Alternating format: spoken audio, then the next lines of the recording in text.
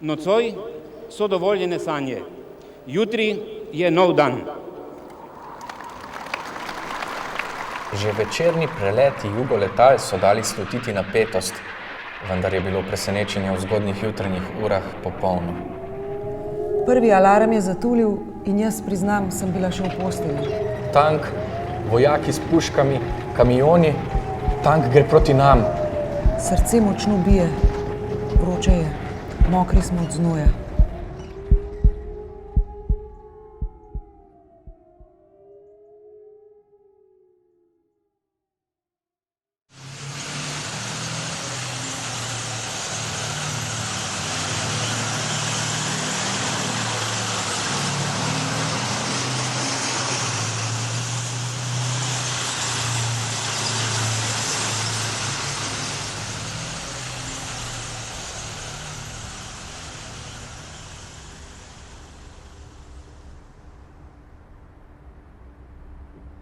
Stojimo na zgodovinskem mestu, kjer se je začela agresija Jugoslovanske ljudske armade na samostojno Slovenijo.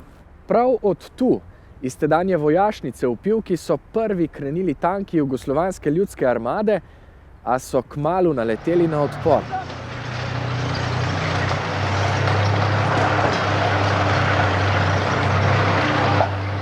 Vojna se je začela že dan po razglasitvi samostojnosti in se je hitro razplamtela po celi Sloveniji. Prvi cilj Jugoslovanske ljudske armade je bilo zavzetje mejnih prehodov in letališča Brnik ter s tem izolacija mlade države. Vojaške kolone so krenile iz vojašnic po celi Sloveniji in delno iz Hrvaške.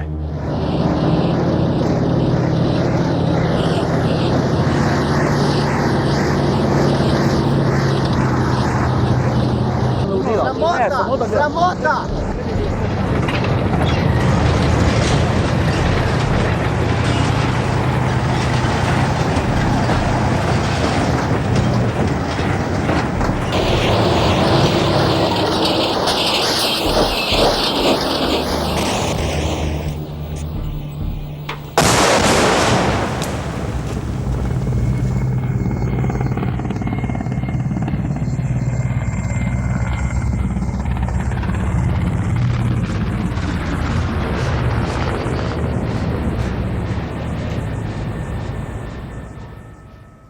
Jugoslovanska ljudska armada je bila še vedno ena od močnejših armad v Evropi, kjer pa so glavno besedo imeli Srbi, ki so preko nje poskušali uveljaviti svojo prevlado tudi vojaško. Izrabili so jo za zatiranje prizadevanj Slovencev za samostojnost. Nasproti sta stali slovenska milica in teritorialna obramba, ki je bila sestavljena iz vpoklicanih rezervistov in iz rezervnih vojaških starešin.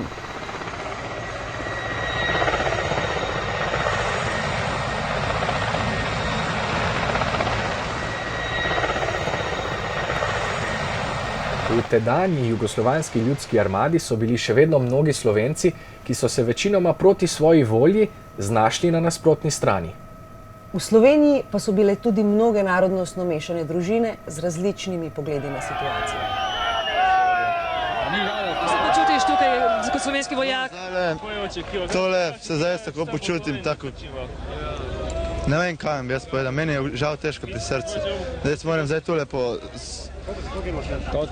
po svojih ljudeh opirati puško. In kaj vi o tem vi mislite, zakaj ste tukaj? Granice. Zbog granice smo došli radi napada nekih drugih zemalja na Jugoslavijo. A tako so vam rekli, kadar ste šli na pot? In vi to verjamete?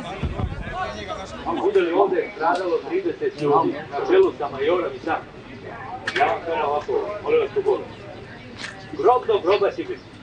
Ako padne krv, ja vam kažem, budite ubeđenja da vas Isus Bog neće uklepati. Slovenska stran ni bila pasivna. Kljub grožnjam z napadom na civilne cilje in moči sovražnika je kmalu prevzela iniciativo na terenu. Blokirala je ceste in obkoljevala vojašnice. Enote Jugoslovanske armade so se presenečeno znašle odrezane in niso mogle razviti svojega bojnega potenciala. Slovenske obrambne sile so tako prevzele pobudo na bojiščih. Posvetite se borbeni pripravljenosti vso pozornost. Razumel.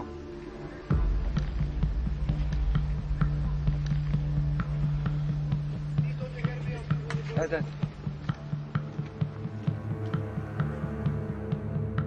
Da vas ne vidi nišče. Pričakujte vse najboljše.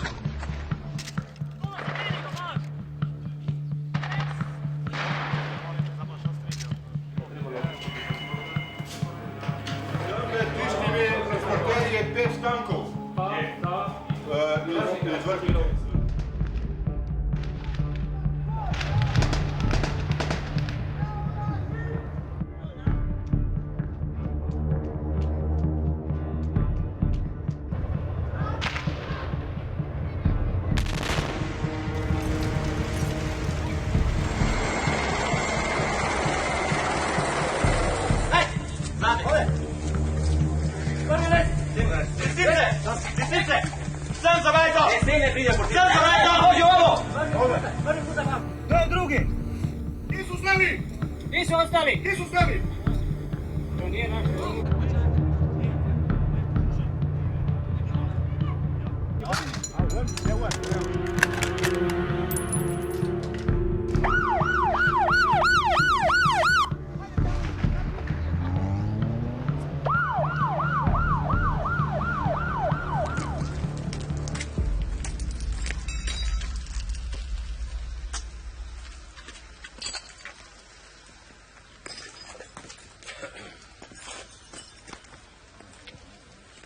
V obrambo pa so bile vključene tudi praktično vse javne službe. Medicinska pomoč, gasilci, komunala in mediji. V času pred internetom je bila televizija ključni medij in vir informacij. V tej negotovi situaciji je bila večina ljudi dobesedno prikovana pred televizijske sprejemnike. V medijski vojni, ki jo je Jugoslovanska ljudska armada skušala dobiti z raketiranjem televizijskih in radijskih oddajnikov, je slovenska stran ostala neomajna in se izkazala kot močnejša ter predvsem kot bolj kredibilna.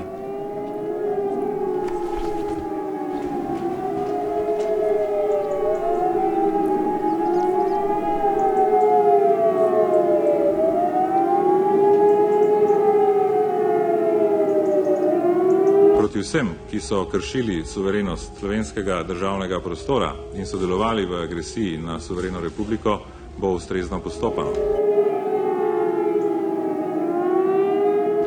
Helikopteri dovažajo, kot kažejo, okrepitve enotam, ki so v blokadi, municijo, sredstva zveze in najbrž nadaljnja navodila tam, kjer te enote nimajo stikov z poveljstvi.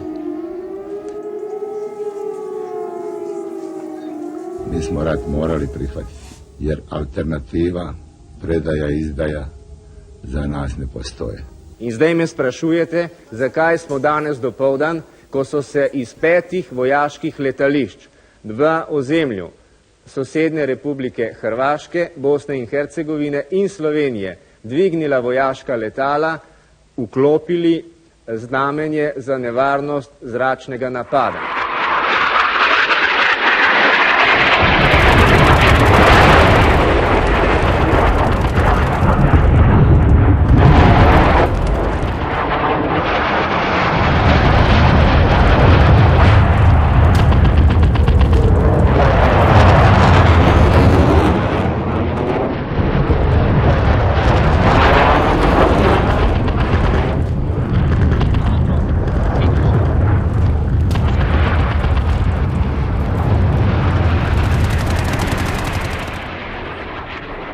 V nekaj dneh vojne se je vzpostavila pad pozicija, podpisanih je bilo več premirij.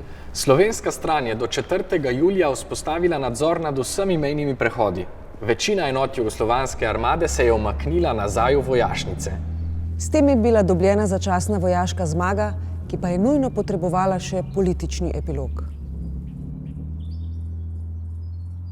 Ta vojna je bila kratka, a zelo resnična in intenzivna. Ja, bilo je precej ranjenih, nastala je ogromna materialna škoda in smrtne žrtve so bile na obeh straneh, tudi med civilisti. Grožnja je bila velika. Posamezniki so umrli za domovino, za kar smo jim dolžni večno spoštovanje. Večinoma so bili to ljudje na vrhuncu svojega življenja. Za sabo so pustili otroke, žene, prijatelje, nedokončane ideje in sanje.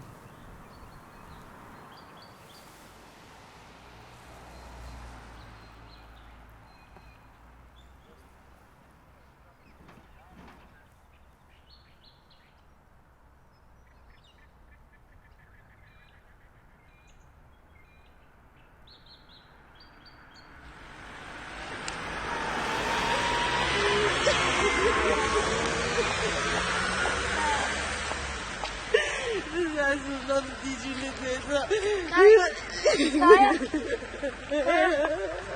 je, mama? Kaj je? Kaj je, mama? Kaj? Vse so nam kipš potrle.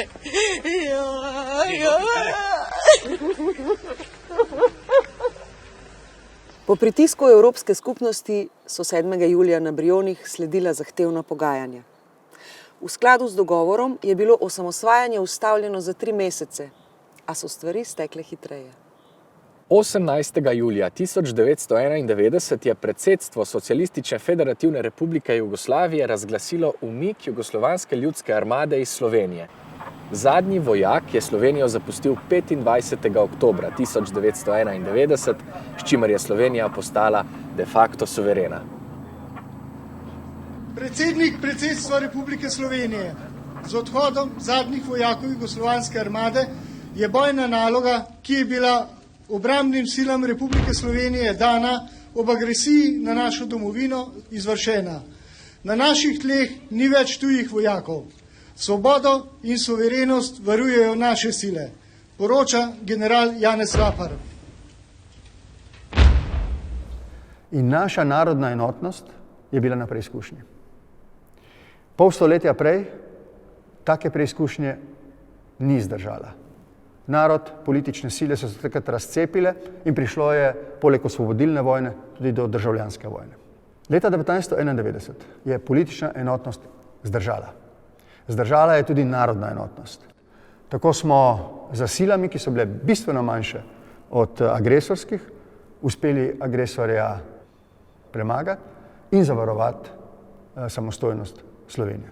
Konec tistega leta je Slovenija že dobila prva mednarodna priznanja, v začetku leta 1992 pa je večina mednarodne skupnosti Slovenijo že priznala kot samostojno in neodvisno Republiko Slovenijo. In kadarkoli bo potrebno znova stopiti skupaj in biti enotni, si povejmo to resnično zgodbo o čudežu pod Alpami, ki so jo z odgovornimi dejanji napisali dobri ljudje.